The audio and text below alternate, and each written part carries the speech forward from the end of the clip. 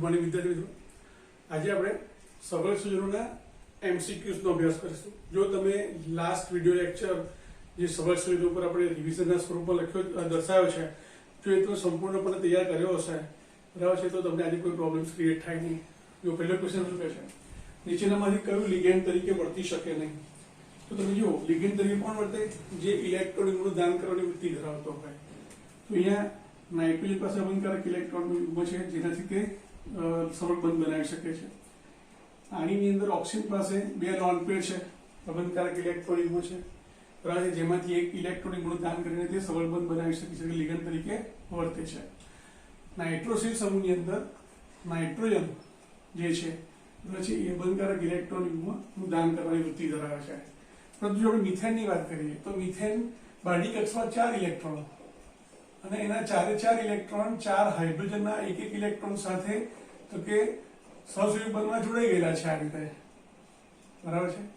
પરિણામે અહીંયા એવો એક પણ ઇલેક્ટ્રોન પેર નથી કે જે ઇલેક્ટ્રોનિક ગુણ દાન કરી શકે. આન્સર શું આવશે? CH4. બીજો ક્વેશ્ચન, નીચેનામાંથી કયો લિગેન્ડ એક જ સવર્ગ સ્થળ નિર્દેશ ધરાવે છે? અર્થાત એવો લિગેન્ડ, એવો ઇલેક્ટ્રોન દાતા સમૂહ કે જેમાં ફક્ત એક જ પરમાણુ છે જે લોન પેર ધરાવે છે, અબંધકારક ઇલેક્ટ્રોન યુગ્મ ધરાવે છે અને દાન કરતો હોય. તો તમે અહીંયા જુઓ, CO3 ની અંદર તમે જુઓ તો આ C double bond O O minus O minus, એટલે અહીંયા શું છે? બે લોન પેર છે, બે પરમાણુ છે, સવર્ગ સ્થળ નિર્દેશ 2 છે. એ જ પ્રકારે સલ્ફેટ ની અંદર તમે જુઓ તો S double bond O O minus O minus, તો અહીંયા પણ બે તો કે લોન પેર ધરાવતા બે પરમાણુઓ છે અહીંયા. સારું, ઓક્ઝેલેટો, આ શું છે? ઓક્ઝેલેટો છે, તો COO માઇનસ COO માઇનસ, તો અહીંયા પણ બે સવર્ગ સ્થળ નિર્દેશ છે. પરંતુ અહીંયા ઓક્સિજન પાસે ફક્ત એક જ ઓક્સિજન પાસે પરમાણુ એક જ છે એ બરાબર છે, જેની ઉપર આ પ્રકારે લોન પેર છે બરાબર, એક જ પરમાણુ છે જે એક જ સવર્ગ બંધ બનાવી શકે છે. માટે આન્સર શું આવશે? ડી આન્સર આવશે. સારું, એના પછીનો પ્રશ્ન, EDTA ના સવર્ગ સ્થળ નિર્દેશ સ્થાનો બરાબર છે, એટલે કે અંદર કેટલા પરમાણુઓ છે બરાબર છે તેનું મૂલ્ય જણાવો અને તેની સંયોજકતા જણાવો.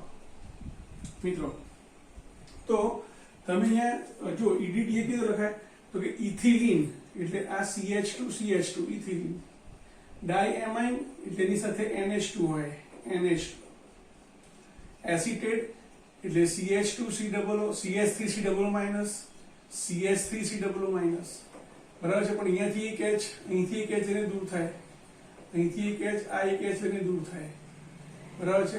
એટલે અહીંયા પણ શું થાય કે બે એસિટેટ જોડાયા આ રીતે, CH2CO માઇનસ અને CH2COO માઇનસ. તો તમે અહીંયા જોઈ શકો છો મિત્રો કે અહીંયા નાઇટ્રોજન પાસે અબંધકારક ઇલેક્ટ્રોનનું યુગ્મ છે જેના દ્વારા તે સવર્ગ બંધ બનાવી શકે છે, અને આ 4 ઓક્સિજન બરાબર છે જે સવર્ગ બંધ બનાવવાની વૃત્તિ ધરાવે છે. એટલે આ પરમાણુ કેટલા છે જે ઇલેક્ટ્રોનનું અબંધકારક ઇલેક્ટ્રોન દાન આપી શકે એવા 1 2 3 4 5 અને 6 બરાબર છે. એટલે અહીંયા આપણે આન્સરમાં શું આવે? કાં તો C આવે કાં તો D આવે. ચલો 6 છે. સંયોજકતા કેટલી છે? તો કે -1 -1 -4 છે, તો 6 અને -4 હોવું જોઈએ મિત્રો બરાબર. અહીંયા નથી આપ્યું તો એનો અર્થ એવો થયો કે અહીંયા આપણે શું કરવાનું છે? -4 દર્શાવીશું આપણે આ રીતે બરાબર છે. એટલે જવાબ શું આવશે? નિર્દેશ સ્થાનો 6 અને સંયોજકતા કેટલી છે? -4 છે. એના પછીનો પ્રશ્ન જો તમને ધન વીજભારિત સંકીર્ણાયન આપ્યું છે, એમાં ક્રોમિયમનો ઓક્સિજન શોધવાનો છે મિત્રો. તો આપણે લખી શકીએ કે ભાઈ Cr વત્તા 4 ટાઈમ્સ Na3 વત્તા 2 ટાઈમ્સ Cl એના બરાબર +1. હવે Cl નો -1 થાય એટલે -2 ભેગી તો +2 થાય, એટલે Cl કેટલો બને? +3 બને. ઓક્સિજન કેટલો થયો? +3 થયો બરાબર છે. એટલે આપણો આન્સર શું થઈ ગયો? +3 બરાબર. એને આપણે શું કહી શકીએ બીજું તો કે એની પ્રાથમિક સંયોજકતા છે તેમ કહી શકાય. તત્વ E નો સવર્ગાંક એટલે સિગ્મા બંધની જે સવર્ગ બંધ છે એની સંખ્યા અને ઓક્સિડેશન આંક શું છે? તો પહેલા આપણે ઓક્સિડેશન શોધી નાખીએ. આખો તો કે સંયોજન તટસ્થ છે બરાબર છે, એટલે આખાનો કુલ ઓક્સિડેશન આંક બરાબર 0 એને પણ શોધી શકાય. અથવા અહીંયા NO2 -1 છે તો આ કેવું થશે? +1 થશે. કોઈ આવી રીતે દર વખતે શોધવાની જરૂર નથી. તો જો અહીંયા આ તટસ્થ છે, આ ઓક્ઝિલેટો આયન છે, કઈ ગયો? આ બરાબર છે. એટલે 1 નો -2 અહીંયા એક જ છે, એટલે તો +2 થશે, +2 +1 +3, એટલે અહીંયા કહી શકાય કે આપેલ સંકીર્ણમાં ધાતુ આયનની પ્રાથમિક સંયોજકતા કેટલી છે? 3 છે, બરાબર છે. હવે તો જો ઇથેન 1,2 ડાયમાઇનમાં બે નાઇટ્રોજન પરમાણુ ઇલેક્ટ્રોનનું દાન કરી શકે છે, બરાબર છે. એટલે અહીંયા સવર્ગ સ્થળ નિર્દેશ 2 છે, બરાબર છે, એવા 2. અને અહીંયા C2 ઓક્સિલેટમાં પણ તો જો 2 પરમાણુ છે જે સવર્ગ સ્થળ નિર્દેશ તરીકે વર્તે છે, બરાબર. એટલે 2 ગુણ્યા 2 વત્તા 4 વત્તા 2, 2 દુ 4 ને 2 6. તો અહીંયા તમે જોઈ શકો છો કે સવર્ગાંક કેટલો છે એનો 6 છે અને ઓક્સિજન કેટલો છે +3 છે. તો અહીંયા option A is the right answer, બરાબર છે. સારું, એના પછીનો પ્રશ્ન જો CONH3 સંકીર્ણમાં ધાતુ આયનની પ્રાથમિક સંયોજકતા શું છે? પ્રાથમિક સંયોજકતા એટલે ધાતુ આયનનો ઓક્સિડેશન આયન, the charge on central metal atom. તો અહીંયા આ -1 3 વખત -3, તો આ શું થઈ જાય 3+ થઈ જાય. Na3 0 છે, Na3 નો કોઈ ચાર્જ હોય નહીં, તો કોબાલ્ટનો કેટલો ચાર્જ થાય +3. ના સમજ પડે તો આ રીતે શોધી નાખવાનો, બરાબર છે. એટલે આન્સર શું આવશે? અહીંયા 3 આન્સર આવશે.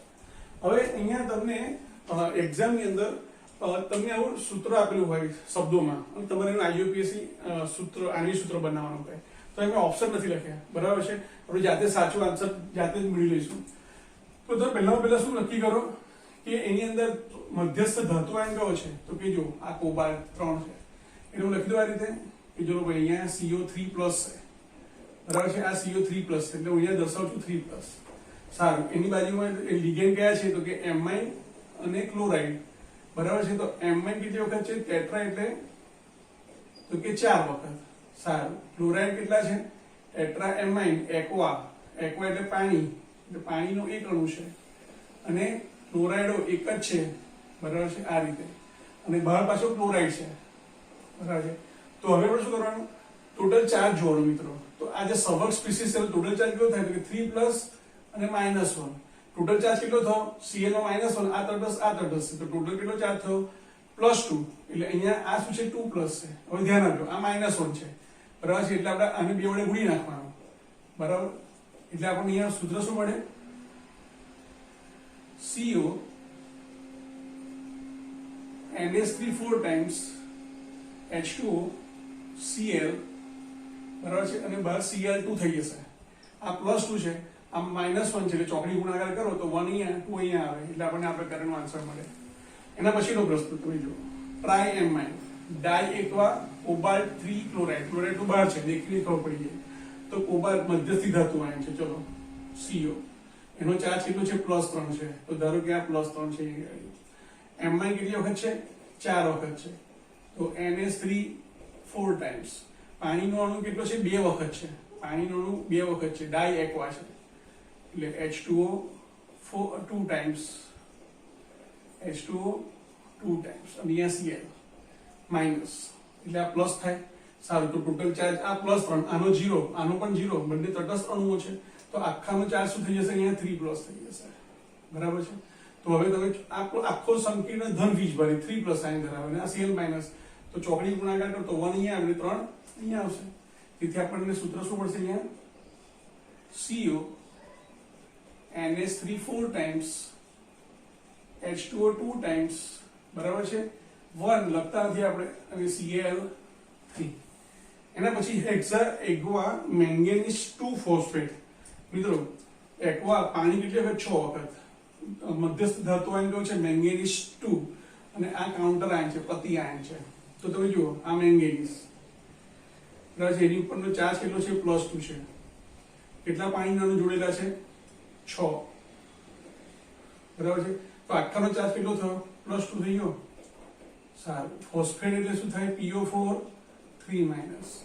તો આખો જે સંકીર્ણ ધનવીજભારી છે એનો ઓક્સિડાઇઝ શું છે? આનો 3 છે. એટલે શું કરવું પડે? ચોકડી ગુણાકાર કરવો પડશે, બરાબર છે. એટલે આપણે આન્સર કેવો મળશે? Mn H2O 6 times, આ 3 અહીંયા અને આ 2 અહીંયા, એટલે 3 PO4 twice. નામકરણમાં તો જ્યારે નામકરણ કરતા થ્રાઇસ અને ટ્વાઇસ તો આપણે ઉલ્લેખ કરતા નથી, બરાબર છે. ખાસ યાદ રાખજો. અહીંયા છે કે એમોનિયમ ડાયએમાઇન ડાયઓક્સિલેટો કોબાલ્ટેટ 3 માં ધાતુ આયનની પ્રાથમિક સંયોજકતા અને દ્વિતીયક સંયોજકતા જણાવો. બરાબર છે. તમને સીધું સૂત્ર આપેલું હોય અથવા નામ આપેલું હોય તો બે કામ થાય. એક તો તમારે નામ ખબર પડવી જોઈએ, બરાબર છે. સીધે સીધું તમે લખી શકો પણ એમાં ભૂલ થવાની સંભાવના હોય, બરાબર છે. તમે જો અહીંયા તો સીધે સીધું લખવા જાઓ, બરાબર છે, તો પ્રોબ્લેમ શું ક્રિએટ થાય અહીં આગળ? તો કે દ્વિતીયક સંયોજકતા જે અહીંયા 2 વડે મલ્ટીપ્લાય થતું હોય કે 3 વડે મલ્ટીપ્લાય થતું આપણે ખબર નથી, બરાબર છે. તો પ્રાથમિક સંયોજકતા તો આપણે સીધી ખબર પડી જશે. ચલો ડાયરેક્ટ જ કરીએ આપણે. પ્રાથમિક સંયોજકતા એટલે કે ધાતુ પરનો વીજભાર. તો તમને અહીંયા આપેલો છે કેટલો છે? 3, બરાબર છે. અહીંયા કોબાલ્ટેટ 3 છે, એ કોબાલ્ટ 3, બરાબર છે. એટલે સંયોજકતા કેટલી છે? પ્રાથમિક સંયોજકતા 3 છે. સારું. ડાઈ એમાઇન, એમાઇન એટલે NH3 થાય. ધ્યાન રાખજો, લખતુંથી ડાયરેક્ટ જ ખબર પડી જશે. ઓક્સિલેટો C2O4 2- એ 2 વખત છે. તો તમે જો Na3 એક દંતીય લિગેન્ડ છે એટલે એની પાસે એક Na3 પાસે એક લિગેન્ડ, એક સવર્ગ સ્થળ નિર્દેશ છે, સવર્ગ બંધોની સંખ્યા 2 છે, અને એક C2O4 માં 2 સવર્ગ સ્થળ નિર્દેશ છે, બરાબર છે. એટલે ટોટલ અહીંયા 4 સવર્ગ બંધ બનાવશે. એક ઓક્સિલેટો 2 સવર્ગ બંધ બનાવે, 2 ઓક્સિલિક જે એસિડ નો આયન છે, ઓક્સિલેટ આયન, ટોટલ 4 સવર્ગ બંધ બનાવે, વત્તા 2 એટલે 6. તો દ્વિતીયક સંયોજકતા 6. તો આન્સર શું આવશે? બી. હવે આ પ્રકારનું જ્યારે સંકીર્ણ હોય જેની અંદર ધન વીજભારિત ભાગ અને ઋણ વીજભારિત ભાગ બંને ભાગ તો કે સંકીર્ણ આયનથી બનેલા હોય, તે વખતે ખાસ ધ્યાન રાખવાનું. શું કરવાનું? તો કે જેનો ઋણ વીજભારિત ભાગ છે એનો ટોટલ તો કે ચાર્જ જોવાનો. ચલો અહીંયા ઓક્સિલેટો 1 નો -2 તો 3 ના કેટલા થાય? -6 થાય. સારું. એટલે અહીંયા -6 લખવા પડે. તો ના, અહીંયા એવું નહીં કરવાનું. શું કરવાનું? એને અડધા કરી નાખવાના. એટલે 6 માઇનસ થાય નીકળે શું કરી દેવાનું? 3 માઇનસ કરી દેવાનું અને એને 3 પ્લસ કરી દેવાનું, બરાબર છે. આ રીતે તમારે ઓક્સિજન શોધવાના. હવે આ તો તટસ્થ છે, તટસ્થ છે એટલે આ ઓક્સિજન કોનો થયો? ક્રોમિયમ જ થયો. તો અહીંયા ક્રોમિયમ, અહીંયા તમે જો 1 નો -2 તો 3 ના -2 તો +6, 6 માંથી 3 જાય તો 2, તો અહીંયા 3, 6 માંથી 3 જાય તો કેટલા? 3. એટલે અહીંયા બંનેમાં ક્રોમિયમ ઓક્સાઇડ કેટલો આવશે? 3 આવશે, બરાબર છે. એટલે આન્સર થશે ઓપ્શન ડી. તમને આ સંકીર્ણ આપેલું છે, આમાં ધાતુ આયનનો સવર્ગ આંક અને ભૌમિતિક રચના નક્કી કરવાની છે. તો સવર્ગ આંક પરથી એની ભૌમિતિક રચના આપણે માલુમ પડી શકે. તો તમે અહીંયા જો આ કેવા પ્રકારનું સંકીર્ણ છે? તો કે જે મધ્યસ્થ ધાતુ છે એનું M વડે દર્શાવશું. ધ્યાન રાખજો, બરાબર છે. અહીંયા લિગેન્ડ 2 છે, અહીંયા લિગેન્ડ બીજા 2 છે, પણ આ લિગેન્ડની અંદર એક કાર્બોનેટ આયન 2 સવર્ગ સ્થળ નિર્દેશ ધરાવે, 2 બંધ બનાવે, CO3 2- આ રહ્યું, બરાબર છે. તો અહીંયા તમે જોઈ શકો છો કે આ Ml6 પ્રકારનું સંયોજન છે, એમ કહી શકાય. Ml6 પ્રકારનું સંયોજન છે, બરાબર છે. કેમ? તો કે એ ગાડી Na3 ના 2 સિગ્મા બંધ, અહીંયા એક કાર્બન નો 2 તો ટોટલ 4 થયા, બરાબર છે. તો ધાતુ આયનનો સવર્ગ આંક કેટલો થયો? Ml6 કહેવાય, બરાબર છે. અને Ml6 હોય તો હંમેશા કયો આકાર જોવા મળે? અષ્ટફલકીય આકાર જોવા મળે. મિત્રો આ બધા પ્રશ્નો આ રીતે તમે જો સોલ્વ કરશો, બરાબર છે, તો તમને આ ચેપ્ટરમાં કોઈ પ્રોબ્લેમ્સ નહીં થાય.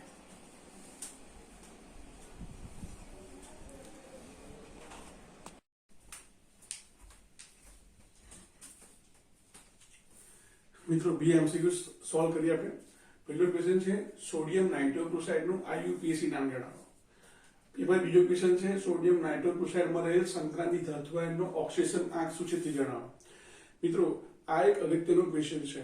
સોડિયમ નાઇટ્રોક્લોરાઇડ એક સંકીર્ણ સંયોજન છે, બરાબર, જેનો ઉપયોગ ખાસ કરીને જે રક્તવાહિનીઓ છે, બરાબર છે, એ જે સાંકડી થઈ ગઈ હોય તો એને પહોળી કરવા માટે કરવામાં આવે છે, બરાબર છે. તો સોડિયમ નાઇટ્રોક્લોરાઇડ શું છે? કે સોડિયમ નાઇટ્રોક્લોરાઇડ એ Na2FeCN5 times NO, આ પ્રકારનું સંયોજન છે. તો હવે અહીંયા આ NO છે એ પ્લસ સ્વરૂપમાં છે, આપણે એવું દર્શાવતા નથી, પણ NO એ પ્લસ ધન વીજભારિત એક દંતીય લિગેન્ડ છે, બરાબર છે. હવે આપણે એનું નામ કરીએ તો આ સોડિયમ, પેલો આપણે ચાર્જ શોધી નાખીએ. આ Na2+ છે, આ 2- થઈ જશે, આ NO+1, આ -1 નો -1, 5 નો -5, -5 વત્તા 1 એટલે -4, પેલી બાજુ જાય તો +4, 4 માંથી 2 જાય તો +2, એટલે અહીંયા Fe કેટલું થશે? 2+ થશે. તો સોડિયમ નાઇટ્રોક્લોરાઇડની સંક્રાંતિ ધાતુ આયનનો ઓક્સિજન કેટલો છે? આન્સર આવશે +2, બરાબર છે. અને IUPAC નામ લખ્યું છે આપણે તો સોડિયમ પેન્ટાસાયનાઇડો સોડિયમ, જગ્યા રાખીશું કાઉન્ટર આયન અને સવર્ગ સ્પીસીસ વચ્ચે, તો પેન્ટા સાયનાઇડો નાઇટ્રો સોનિયમ, આખું એની નીચે લખી દો નાઇટ્રોસોનિયમ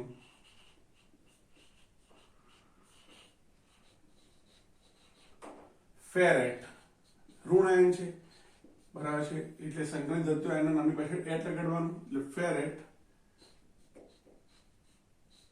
2.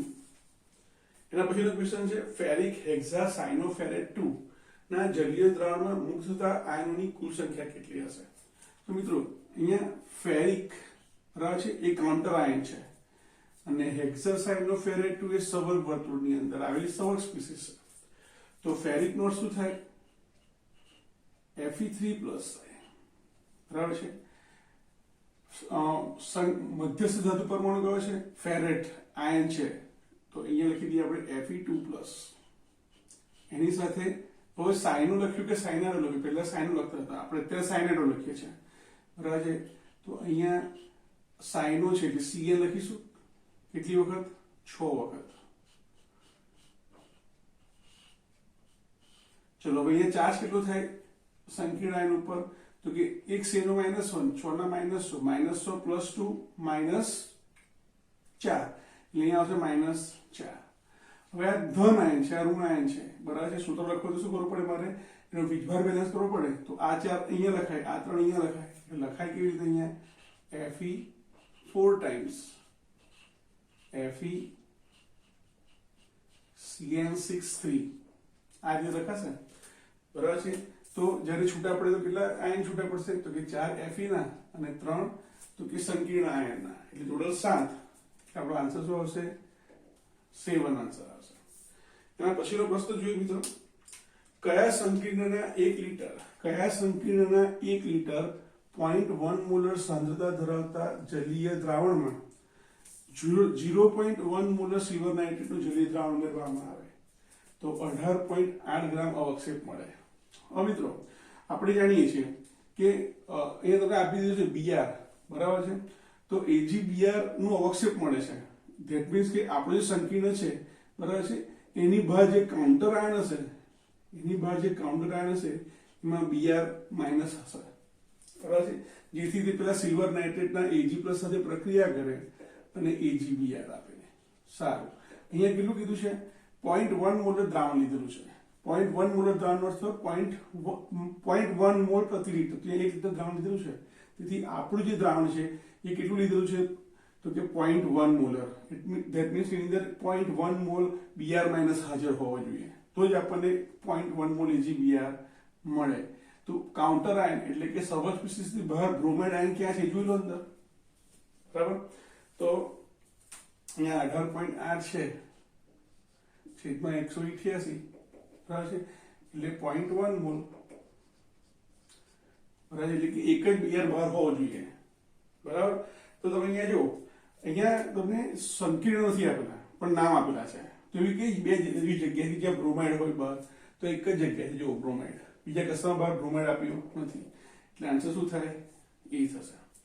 એના પછીનો પ્રશ્ન, નીચેના પૈકી સંકીર્ણની કઈ જોડના જલીય દ્રાવણ 0.1 મોલર AgNO3 સાથે અનુક્રમે આછો પીળો અને સફેદ અવક્ષેપ આપે છે? મિત્રો યાદ રાખો કે AgBr હોય ને, AgBr, બરાબર છે, તો એના અવક્ષેપ કેવા મળે? આછા પીળા મળે. જો AgI બને, ટૂંકમાં તમે જ્યારે બ્રોમાઇડ દ્રાવણમાં સિલ્વર નાઇટ્રેટ નાખો તો સિલ્વર નાઇટ્રેટનું Ag+ અને દ્રાવણમાંનું Br- AgBr બનાવે, એ આછો પીળો અવક્ષેપ આપે. ક્લોરીન હોય તો AgCl બનાવે, એ સફેદ રંગ આપે. અને જો આયોડાઇડ આયન હાજર હોય તો સિલ્વર આયોડાઇડ AgI બનતો હોય તો તે વખતે પીળા અવક્ષેપ આપે. તો આનો અર્થ એવો થયો કે બહાર બ્રોમિન હોવો જોઈએ, બરાબર છે, અને અહીંયા બહાર Cl- હોવો જોઈએ. તો તમે અહીંયા જુઓ, અહીંયા એવી કઈ બે સંકીર્ણની જોડ છે જેમાં Br અને Cl બહાર હોય? તો જુઓ, એક આ છે અને એક આ છે. અહીંયા Br છે પણ NO3 નથી, અહીંયા Br પણ છે અને Cl પણ છે, એટલે આ AgBr આપશે અને આ AgCl આપશે, એટલે આન્સર થશે C. અહીંયા Cl છે તો અહીંયા પહેલા આપણને સફેદ મળત, બરાબર છે, અને અહીંયા પીળો મળત. પહેલા પણ અહીંયા પીળો કીધેલો છે. ઓકે, એના પછીનો ક્વેશ્ચન, સંકીર્ણ સંયોજન CONH3 બરાબર છે, આ એનું સામાન્ય સૂત્ર છે. એના 1 મોલનું જલીય દ્રાવણ 3 મોલ આયન આપે છે, એટલે કે પાણીમાં 3 આયન ઉત્પન્ન થાય છે. જો તે સંયોજનના 1 મોલની સિલ્વર નાઇટ્રેટના 2 મોલ સાથે પ્રક્રિયા કરવામાં આવે છે તો 2 મોલ AgCl મળે છે. આનો અર્થ થયો કે બહાર કેટલા હોવા જોઈએ? 2 Cl હોવા જોઈએ. તો તે સંકીર્ણનું સૂત્ર જણાવો. તો બહાર 2 Cl ક્યાં ક્યાં આપેલા છે? એક અહીંયા આપેલું છે અને એક અહીંયા આપેલું છે. મિત્રો તમે જ્યારે આને પાણીમાં નાખશો તો સંકીર્ણ આયન બનશે, ધન આયન બનશે, 2 Cl- બનશે અને NH4+ આયન બનશે, બરાબર છે. એટલે અહીંયા 4 આયન ઉત્પન્ન થશે. જ્યારે આને પાણીમાં નાખશો તો એક સંકીર્ણ આયન ધન આયન અને 2 Cl- ઋણ આયન, બરાબર છે. માટે આન્સર શું થશે? ડી થશે.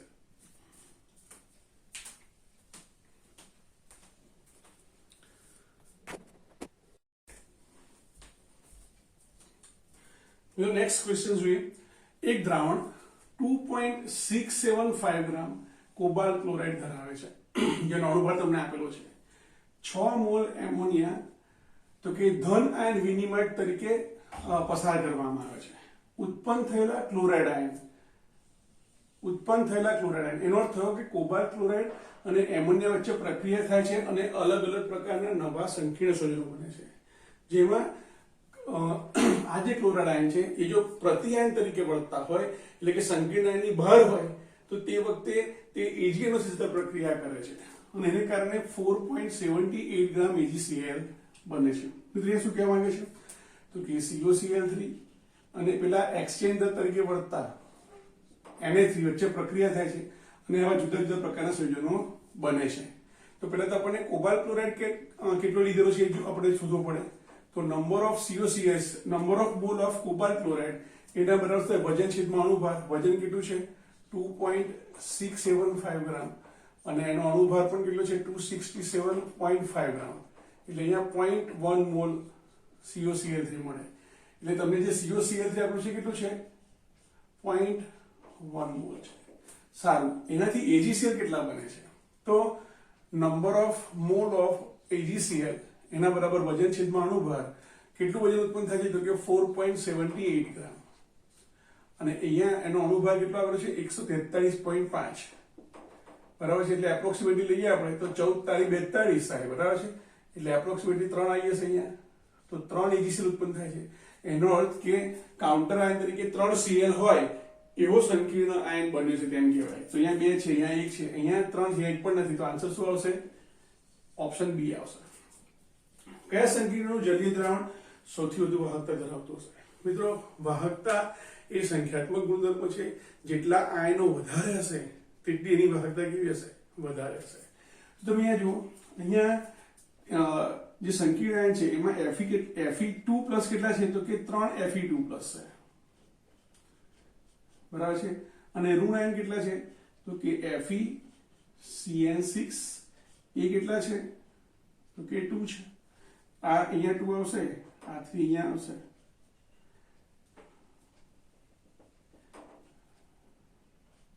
બરાબર છે. તો 3 Fe2+ અને 2 તો કે સંકીર્ણ ટોટલ કેટલા થયા? 7 થયા. આ એમોનિયમ મોલિબ્ડેટ છે તો એની અંદર NH4+ કેટલા બનશે? 2 બનશે. અને મોલિબ્ડેટ આયન કેટલા બનશે? 1 બનશે, બરાબર છે. એટલે કે 3 સંખ્યાત્મક અણુ થશે. અહીંયા તો કે 2K+ અને 1 સંકીર્ણ આયન બનશે. અહીંયા 3K+ અને 1 સંકીર્ણ આયન બનશે. એટલે અહીંયા 4 કણ ઉત્પન્ન થશે સંખ્યાત્મક કણો. અહીંયા 3, અહીંયા 3 અને અહીંયા 3 ને 2 5. તો એની અંદર સંખ્યાત્મક કણો વધારે ઉત્પન્ન થાય છે, માટે એની વાહકતા વધારે હશે. નીચેના પૈકી કયું લિગેન્ડ કિલેટ સંકીર્ણ બનાવતું નથી? મિત્રો, કિલેટ સંકીર્ણ કોને કહેવાય? તો કે જે સંકીર્ણની ભૌમિતિક રચનાની અંદર ચક્રી રચના થતી હોય, બરાબર છે. એનો અર્થ કે બહુદંતી લિગેન્ડ હોવા જોઈએ. તો તમે જુઓ, ઇથેન 1,2 ડાયએમાઇન, બરાબર છે. તો આ CH2 એની બાજુમાં NH2, એની બાજુમાં NH2, બરાબર છે. તો બહુદંતી લિગેન્ડ છે, બરાબર છે. અને એને કારણે એ કિલેટ સંકીર્ણ બનાવે છે. મિત્રો, અહીંયા તમને કિલેટ સંકીર્ણ ના આપી હોય અને કિલેટ જેને લિગેન્ડ તરીકે વર્તે છે આપી હોય તો પણ આંતરિક જ આવે. તો આ તો કિલેટ બનાવશે, ચક્રી રચના બનાવશે. કેવી રીતે? તો કે સપોઝ CH2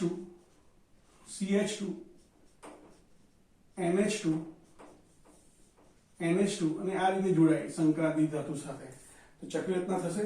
એવી રીતે પ્રોપેન 1,2 ડાયએમાઇન, તો એની અંદર પણ એમાઇન 2 છે, બરાબર છે, એટલે એ પણ કેવો છે? તો કે કિલેટ જેને લિગેન્ડ છે, અને કિલેટ સંકીર્ણ બનાવે.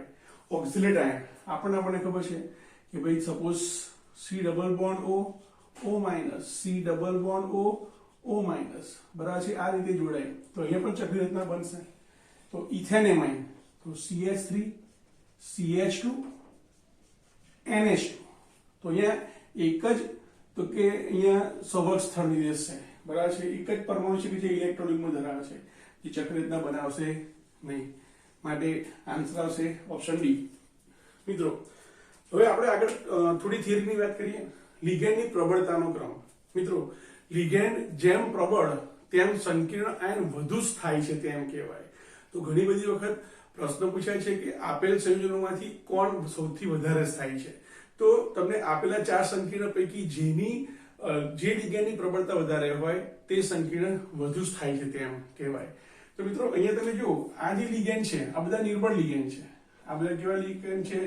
નિર્બળ પ્રકારના લિગેન્ડ છે. આ જે લિગેન્ડ છે એ પ્રબળ લિગેન્ડ છે, અને આ બંને છે એ મધ્યમ પ્રકારની પ્રબળતા ધરાવે છે. એનો અર્થ એ ક્યારેક કેટલાક ધાતુઆંશ સાથે પ્રબળ લિગેન્ડ તરીકે વર્તે છે અને કેટલાક ધાતુઆંશ સાથે નિર્બળ લિગેન્ડ તરીકે વર્તે છે. મિત્રો તમે પ્રબળતા યાદ રાખો તો તમે એના પરથી સંકીર્ણના સ્થિરતા નક્કી કરી શકો છો. સંકીર્ણની સ્થિરતા નક્કી કરવા માટેનો એક બીજો પણ પરિબળ છે જેને ઇફેક્ટિવ એટમિક નંબર તરીકે ઓળખવામાં આવે છે, બરાબર છે. EAN એનો અર્થ થાય ઇફેક્ટિવ એટમિક નંબર. ગુજરાત બોર્ડમાં આપણે આની જરૂર નહીં પડે, JEE નીટમાં જરૂર પડશે, બરાબર છે. તો આ યાદ રાખશો કે નહીં રાખો એ અગત્યનું નથી, પણ આના પરથી તમે પરફેક્ટલી કહી શકશો કે એ ઇફેક્ટિવ મીન્સ કે સંકીર્ણ સ્થાયી છે કે નહીં, બરાબર છે. તો ઇફેક્ટિવ એટમિક નંબર છે શું પેલા તો સમજો. દાખલા તરીકે મારી પાસે છે, સપોઝ છે મારી પાસે અહીંયા, સપોઝ છે મારી પાસે COCl3 CONA3 6 times Cl3, Cl3 બહાર છે અત્યારે, Cl3, બરાબર છે. તો અહીંયા કોબાલ્ટનો ઓક્સિજન ક્રમાંક કેટલો આવશે? ઓક્સિજન નંબર કેટલો આવશે? 3 આવશે. સારું, ચલો કોબાલ્ટનો પરમાણુ ક્રમાંક કેટલો છે? 27, બરાબર છે.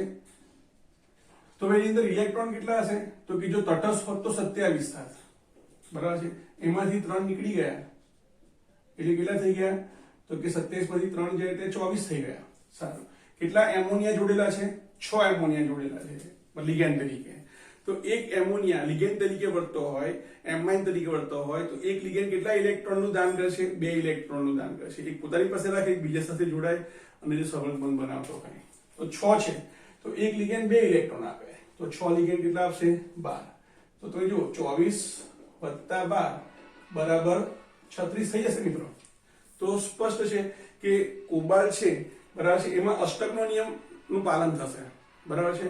36 એટલે ક્રિપ્ટોન જેવી રચના થઈ, જેની પરથી આપણે કહી શકીએ કે આ સંકીર્ણ વધારે સ્થાયી છે, બરાબર છે. એનું સૂત્ર છે, જો આ Z પરમાણુ ક્રમાંક, આ ઓક્સિજન નંબર, અને અહીંયા 2 ઇલેક્ટ્રોન અને 6 એ નંબર ઓફ લિગેન્ડ છે. તો આ સૂત્ર પરથી પણ તમે જવાબ લાવી શકો છો.